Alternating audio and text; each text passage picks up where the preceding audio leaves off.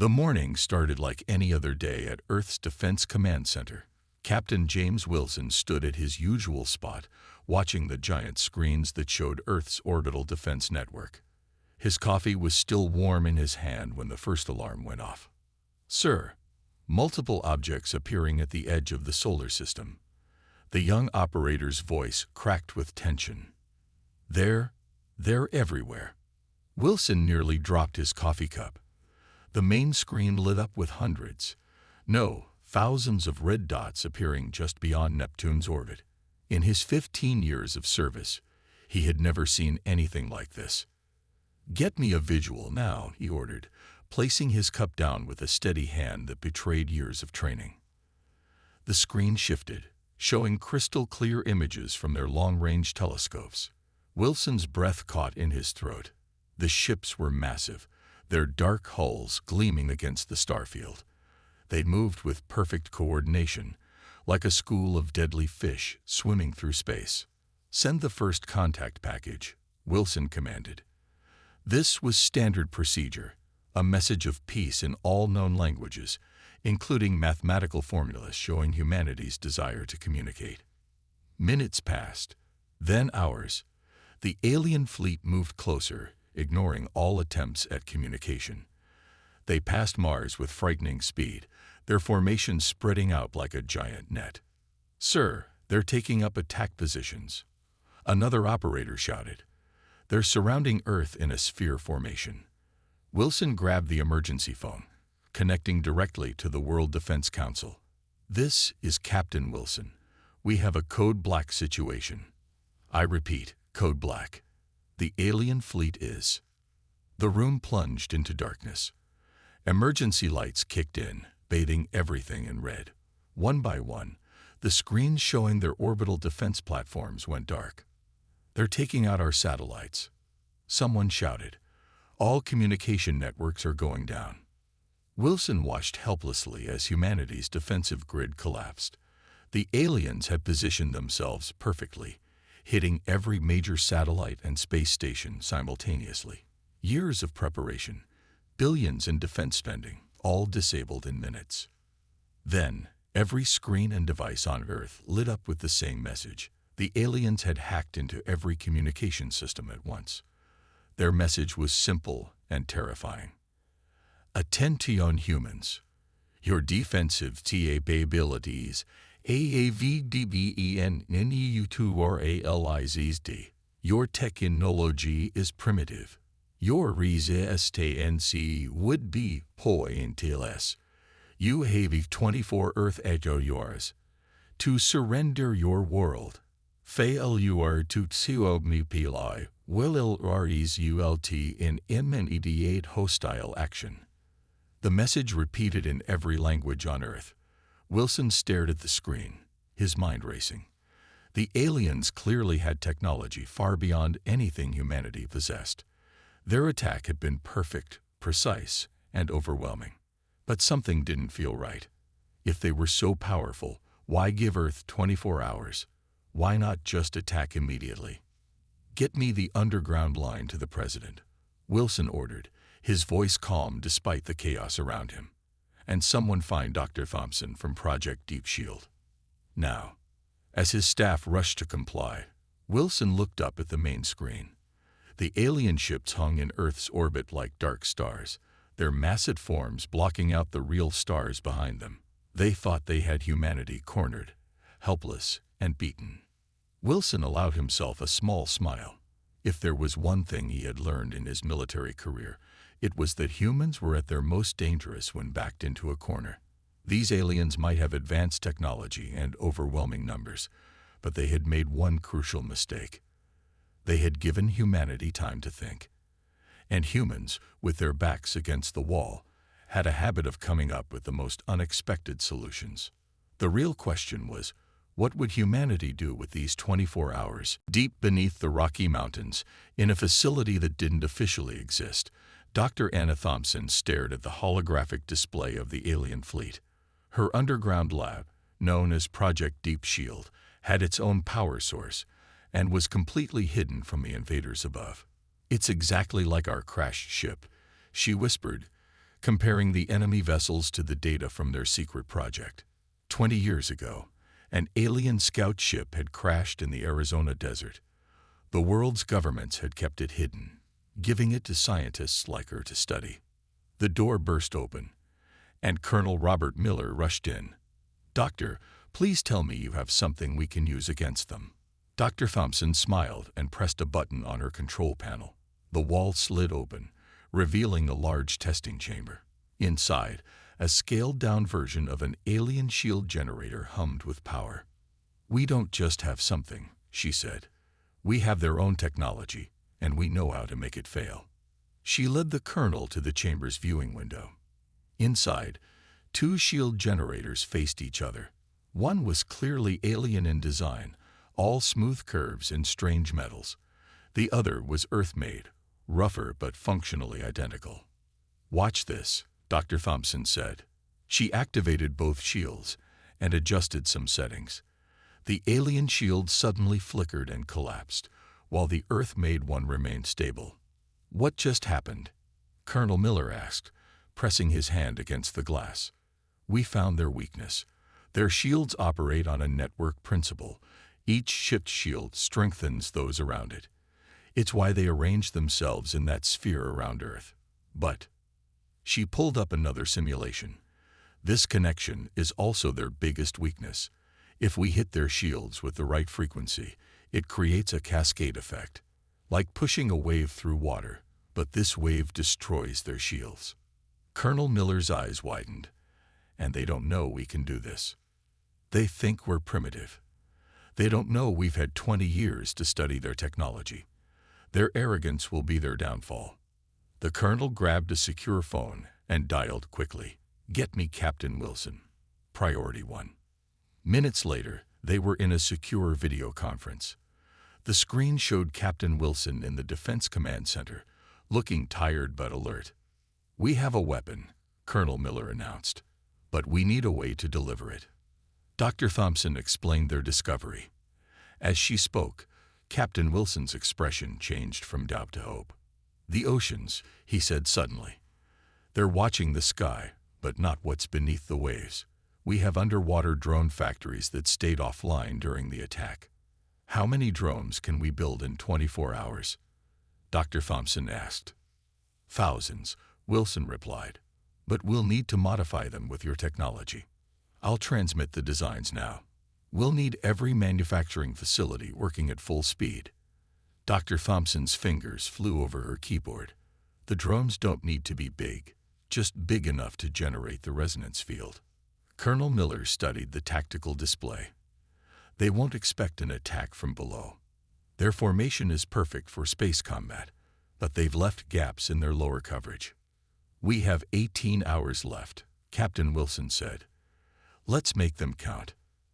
As the others left to prepare, Dr. Thompson looked at the alien ship fragment they'd been studying for so long. The aliens thought humanity was defenseless, that Earth would surrender in fear. They didn't understand that humans had spent their entire history preparing for moments like this. In the labs and factories beneath the Earth's surface, humanity began its counterattack. Thousands of workers and scientists, hidden from the alien fleet's watchful eyes, raced against time. They had one chance to get this right. Above them, the alien ships waited patiently, unaware that their perfect trap was about to become their perfect defeat. The underwater factory near the Mariana Trench roared with activity. Automated assembly lines worked at full speed, building drone after drone. Each one was small, about the size of a football, but packed with the reverse-engineered alien shield technology. Colonel Miller watched through the reinforced windows as robotic arms assembled the devices. "How many do we have now?" 3,000 completed, the factory supervisor answered, checking his tablet. "We'll have another 2,000 in 6 hours." Above them, the alien fleet maintained its threatening position. Their massive ships cast shadows on the cities below, a constant reminder of their presence. But they couldn't see what was happening in the depths of Earth's oceans. In the command center, Captain Wilson studied the latest drone test results. "Dr. Thompson, are you seeing these numbers?" Dr. Thompson's face appeared on the screen, looking tired but excited. Yes, the drones are working even better than we hoped. The resonance effect is stronger underwater, something about the way sound waves travel through the ocean. How many drones do we need to take down their entire fleet? Wilson asked. Based on their formation. Dr. Thompson pulled up a holographic map. If we position the drones correctly, we can create a chain reaction. Once the first few shields fail, the energy release will amplify our attack. Their own defensive network will work against them. Colonel Miller pointed to several spots on the map. We've identified their blind spots. Their ships are arranged to watch Earth's surface in space, but they've left gaps in their coverage here, and here. Perfect. Dr. Thompson nodded. Those gaps are exactly where we need to strike first. Their shield network is strongest at the connection points between ships. If we hit the weak points, the whole network will unravel. The room fell silent as a new alert appeared. The alien fleet was moving, adjusting their formation slightly. They're preparing for their final attack, Wilson said grimly. Time's running out. How long until the drones are ready? Miller asked the factory supervisor. 4 hours for full deployment. We're loading them with the resonance devices now. Dr. Thompson spoke up. There's something else you should know. When their shields fail, there will be a massive energy release. We need to warn all Earth forces to stay clear of the initial blast zone. Wilson nodded and began sending encrypted messages to all remaining military units. They would need perfect timing. Everyone had to know their role. What about civilian populations? Miller asked. The energy release could affect our cities. Already handled, Dr. Thompson replied. We've modified our remaining orbital defense platforms to create a protective barrier. It won't stop their weapons, but it will shield us from the energy backlash. A junior officer rushed in with new intelligence. Sir, we've decoded some of their communications. They're getting impatient. Some ships want to attack now, without waiting for the deadline. Good, Wilson said, surprising everyone. Let them argue among themselves. The more distracted they are, the better our chance of surprise. Dr. Thompson made some final adjustments to the drone programming. Remember, we only get one shot at this. If they figure out what we're doing before all drones are in position. They won't, Miller said firmly. Humanity has spent its entire history perfecting the art of underwater warfare. Those aliens won't even know what hit them. As the hours ticked down, thousands of drones silently moved into position beneath the waves. Each one carried a piece of humanity's hopes. Above them, the alien fleet waited confidently, unaware that their greatest advantage, their linked shield network, was about to become their greatest weakness. The trap was set.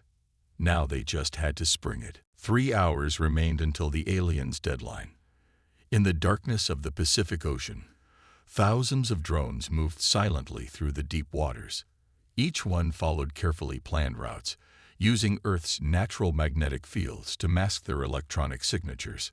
Inside the underwater command center, Captain Wilson watched the deployment screens.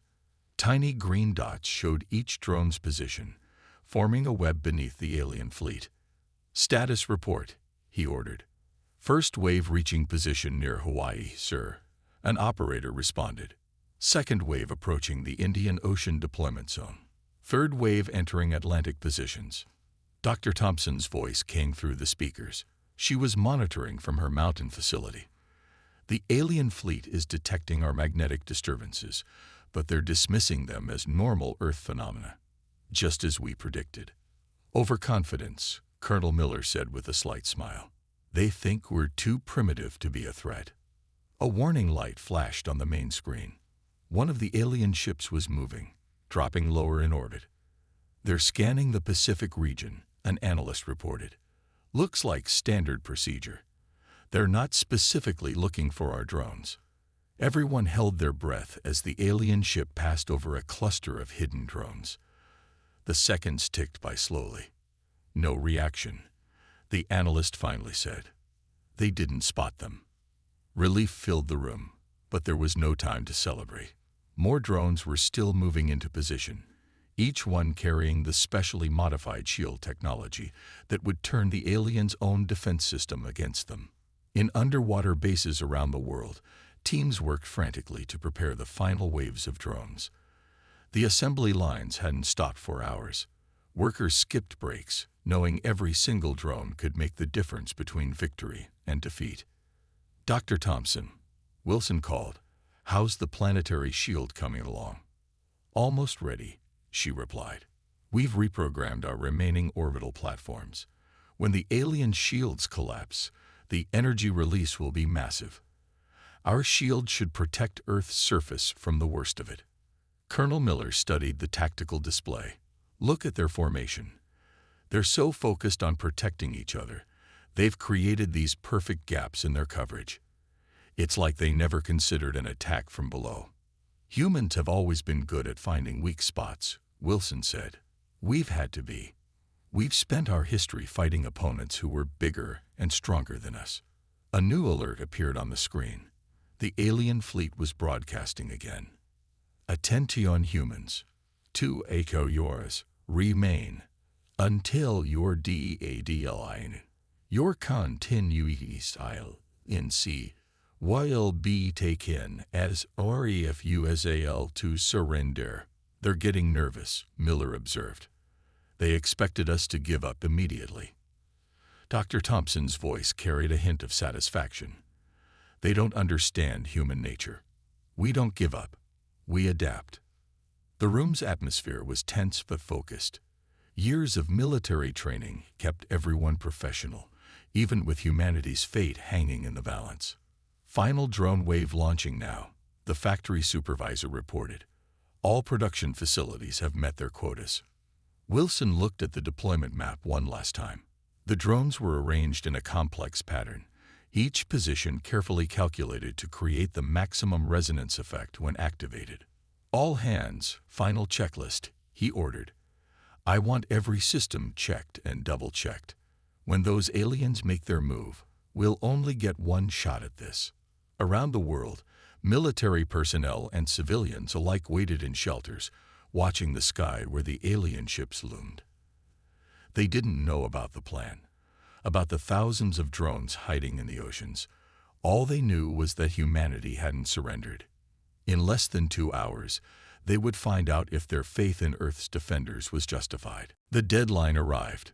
High above Earth, the alien fleet's engines flared to life, their weapons systems powering up. Their massive ships moved into attack formation, ready to begin their assault on the defenseless planet below. "Fleet is moving into final attack positions," an operator announced in the underwater command center. Captain Wilson watched the tactical display, his hand hovering over the activation control. "All drones in position and ready," another operator reported. "Waiting for your command, sir."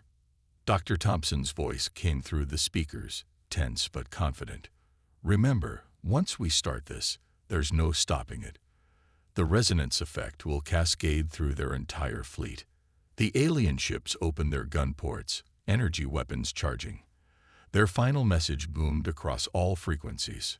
"Your time, HAs EXPIRED. Your world is NNOW4F8. Wilson's hand tightened on the control. Humanity's response: "Not today." He pressed the button. Deep beneath the waves, thousands of drones activated simultaneously. Each one generated a specific frequency, carefully calculated to interact with the alien shield network. The effect was invisible at first, but the sensors told the story. "Shield resonance detected," Dr. Thompson called out. "It's working." The first alien ship shields flickered, then failed completely. The effect spread to nearby ships like a wave of falling dominoes. Their linked defense network, designed to make them stronger together, now spread failure from ship to ship. In orbit, the alien fleet's perfect formation dissolved into chaos. Ships tried to break away from each other, but it was too late. The cascade effect had taken hold. "Energy spike," an operator shouted. Massive shield failures across their entire fleet. The sky lit up with brilliant flashes as shield generators overloaded and exploded. The aliens' commanded channels filled with panic. Child network failing. Emergency disconnection. How are they doing? His retreat. But there was nowhere to retreat to. The resonance effect had trapped them in a web of their own energy, each failing shield adding to the destruction of others. Wilson grabbed the command radio. All Earth Defense Forces, execute Attack Plan Delta. Focus on their flagship. Earth's remaining defense platforms came to life, targeting the alien ships' now exposed weak points. The few human ships that had survived the initial ambush emerged from hiding, striking at the confused and defenseless alien vessels. Dr. Thompson's voice was filled with excitement. The energy readings are off the scale. Their entire command and control structure is collapsing. Through the command center's viewing ports, they could see the ocean churning as the energy from failing alien shields rippled through the atmosphere. The protective barrier they'd created using Earth's orbital platforms glowed bright blue, shielding the planet from the worst of the backlash. Their flagship's main reactor is going critical, an analyst reported. They're losing control of their entire fleet. The alien ships began to break formation, some trying to flee while others spun out of control. Their perfect sphere of ships had become a scattered mess of failing vessels and desperate escape attempts. Colonel Miller's voice came through, thick with emotion. They never expected this. They thought they were hunting prey, but they found warriors instead. The command center erupted in cheers as more alien ships lost power and went dark. The massive fleet that had threatened Earth just hours ago was now in complete disarray. But Captain Wilson remained focused. "This isn't over yet," he warned. "Maintain attack positions. We need to make sure none of them escape to warn others." The battle continued in Earth's orbit, but now the hunters had become the hunted. Humanity's response had turned the aliens' greatest strength into their downfall, proving once again that technology alone doesn't determine the outcome of a war. The alien fleet was in complete chaos.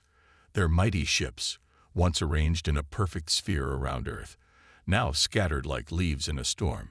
Without their shields, they were vulnerable to even Earth's most basic weapons. "Target their engines," Captain Wilson commanded. "Don't let them escape into hyperspace." Earth's defense forces, though badly damaged from the initial ambush, struck with precision.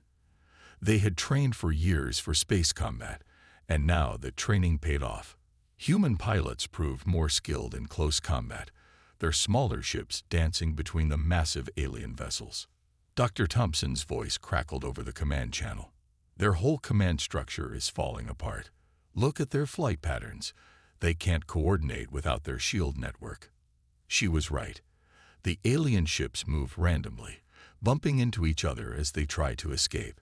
Some fired blindly into space, their weapons hitting their own ships as often as Earth's forces.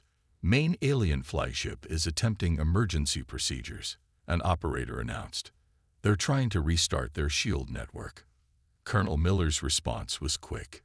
"Not happening. All units, concentrate fire on that flagship. Use the captured alien tech frequencies." The remaining drones in Earth's oceans activated their second wave of resonance pulses. The alien flagship's attempts to raise shields failed spectacularly, its energy systems overloading in a brilliant flash of light. "Flagship is down," someone shouted. "Repeat, alien flagship is down." The effect on the remaining alien ships was immediate. Without their command center, their formation collapsed completely. Some ships surrendered, powering down their weapons. Others tried to flee, their engines burning hot as they attempted to escape Earth's gravity. "Sir, detecting multiple ship crashes in the Pacific and Atlantic," an analyst reported. "At least 30 alien vessels have lost power completely. They're coming down." Wilson grabbed the command mic. "All Earth naval forces, prepare for rescue and capture operations. I want those ships secured." Around the world, human forces mobilized. Ships that had been hiding underwater now surfaced, ready to capture the fallen alien vessels. Special forces teams, trained for this exact scenario, prepared to board the crashed ships. In orbit, more alien vessels surrendered as they realized their situation. Their superior technology had been turned against them. Their carefully planned ambush transformed into a devastating defeat. Incoming transmission from one of the larger alien ships, an operator called out. They're requesting terms of surrender. The command center fell silent. Dr. Thompson's hologram looked at Wilson. They don't understand what happened. They thought we were primitive, and now they know better. Wilson finished. He straightened his uniform. Put them on screen. Let's show them how a civilized species handles surrender. The alien commander appeared on the main screen. Its strange features showed what humans recognized as fear and confusion. Its translation device crackled to life. How did you defeat our shield network? It was perfect. Unbeatable. Wilson stood tall. You made a classic military mistake. You assumed that because we couldn't match your technology, we couldn't understand it. Humanity has faced stronger enemies before. We learned long ago that victory doesn't always go to the biggest army or the most advanced weapons. The alien commander's translator struggled to convey its response. What are your terms? Unconditional surrender, Wilson replied firmly. All ships power down. No exceptions. And then you're going to tell us everything about who sent you and why. Across Earth's orbit, alien ships began powering down their systems. The great fleet that had arrived to conquer Earth was now at humanity's mercy. Colonel Miller appeared beside Wilson. Should we tell them about the second wave of drones we have ready, just in case they try anything? Wilson smiled slightly. Let's keep that to ourselves. After all, they've already learned one important lesson today.